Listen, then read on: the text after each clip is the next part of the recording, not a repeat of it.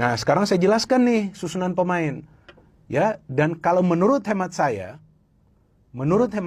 apa yang dilakukan oleh Patrick Kluivert adalah eksperimen di lineup mirip seperti yang dilakukan oleh Shin Tae-yong pada saat timnas Indonesia bertandang ke China. Yang pada saat itu kalah ya, timnas Indonesia dengan skor 2-1. Saya tidak mengatakan sama, tapi mirip. Kok bisa mencadangkan sang profesor?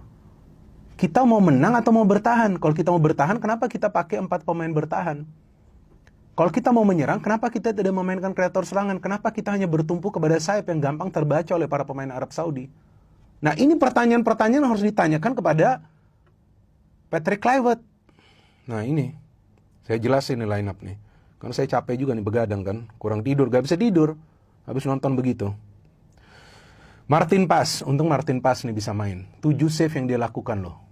4 diantaranya dari dalam kotak penalti. Jakob Sayuri dimainkan di fullback kanan. Efektif gak? Enggak sama sekali.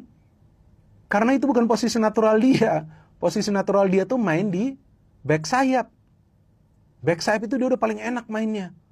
Mengeluarkan bakat dia, mengeluarkan skill natural dia.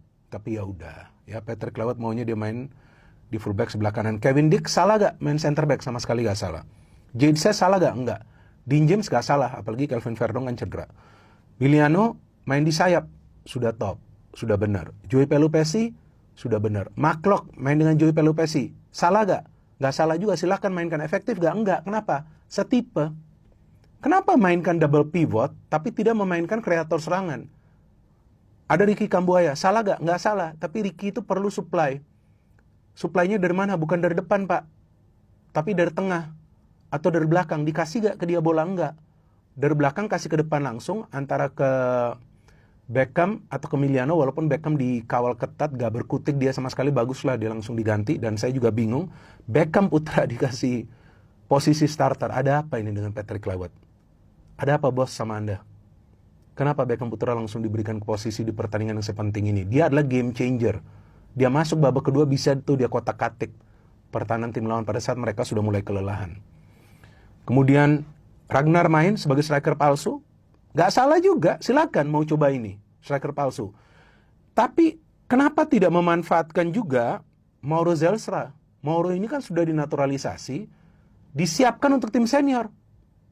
Kan gak dikasih juga nih dia ke tim SEA Games kan? Gak dipanggil kan? Gak tahu kalau nanti dipanggil. Disiapkan untuk tim senior. Kenapa dia tidak mendapatkan 1 pun menit bermain? Beberapa detik pun kenapa dia tidak dikasih, sedangkan di laga uji coba dia diberikan kesempatan. Kenapa setelah dia diberikan kesempatan di laga uji coba melawan Chinese Taipei sebagai pemain pengganti, lawan Lebanon sebagai striker, walaupun dia tidak bisa banyak berkembang karena tidak ada suplai bola ke dia, kenapa di pertandingan di mana Indonesia membutuhkan striker murni, dia tidak dimainkan? Tanya lagi ke Patrick Kluivert, oke? Oleh Romani sayangnya dia tidak fit. Jadi nggak bisa kita salahkan Kluivert. Mungkin ditahan dulu. Tapi ketika Ole masuk berubah kan, kenapa? Karena dia natural striker. Striker murni itu punya naluri yang lebih baik daripada striker palsu. Striker palsu bukan artinya Ragnar gak bagus, enggak, tapi gak efektif karena dia akan lebih banyak bergerak dengan bola daripada mencari ruang untuk menerima bola. Nah, seperti itulah kira-kira.